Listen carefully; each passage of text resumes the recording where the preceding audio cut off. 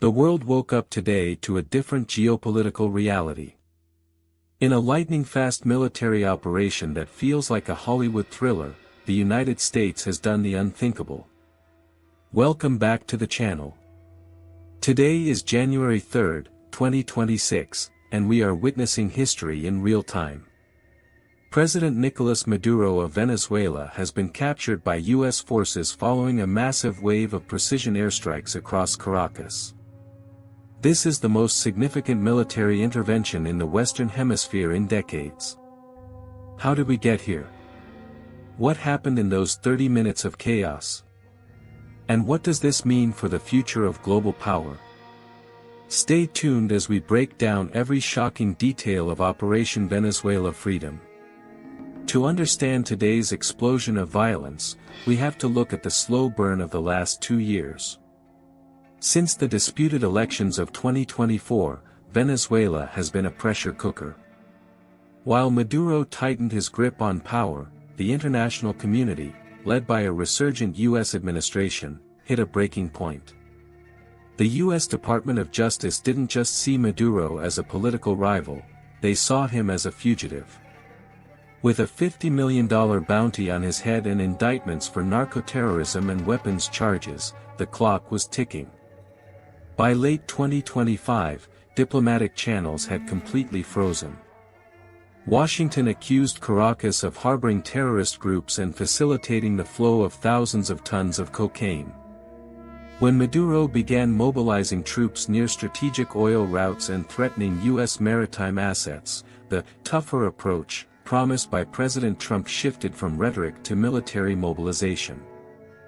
In December 2025, the world watched as a massive U.S. naval task force, led by Aegis destroyers and the USS Iwo Jima, moved into the Caribbean. The ultimatum was clear: step down, accept safe passage to a third country, or face the full might of the American military. Maduro's response was defiant. He appeared on state television, flanked by his generals, calling the U.S. a paper tiger, and vowing that Venezuela would become a new Vietnam for any invader. But behind the scenes, U.S. intelligence was already tracking his every move. Special operations forces were reportedly on the ground weeks ago, marking targets and monitoring secure communication lines. The trap was set. In the early hours of January 3, 2026, the silence in Caracas was shattered. Tomahawk missiles and stealth aircraft targeted key command and control centers, including the infamous Fuerte Tiuna and the Miraflores Palace.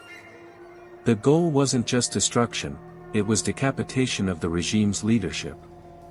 According to reports coming directly from the White House, a joint operation involving elite Delta Force units and Navy SEALs executed a snatch and grab mission. In less than 30 minutes, they breached Maduro's secure location. There was no long, drawn-out urban war. It was surgical. Maduro and his wife, Cilia Flores, were detained and immediately extracted via extraction aircraft to a U.S. naval vessel. By the time the Venezuelan military could react, the primary target was already in international waters. Now, the focus shifts from the battlefield to the courtroom. Maduro is expected to be transported to New York to face a judge in the Southern District. The charges are staggering: conspiracy to commit narco-terrorism, importation of massive quantities of cocaine, and possession of destructive devices. But the world is deeply divided on this move. In Washington, while some celebrate the end of a dictatorship, other lawmakers are calling this an unconstitutional act of war, and a violation of international law. Globally, the reactions are even more volatile. Russia and China have already issued stern warnings, calling the capture a pirate act, while many neighboring Latin American countries are on high alert, fearing a massive wave of refugees or a regional power vacuum. The big question now is, who leads Venezuela? With Vice President Delcy Rodriguez demanding proof of life and the military in disarray, the country is on the edge of a knife. Will the opposition, led by Maria Corina Machado, be able to form a transitional government?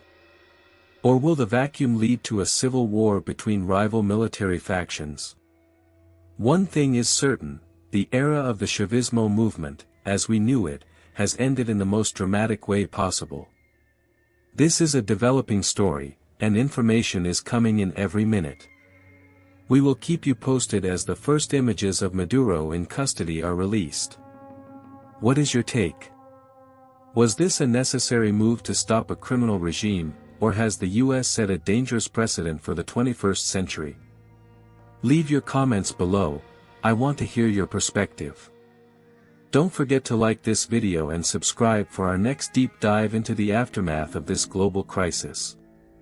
Thanks for watching, and I'll see you in the next one.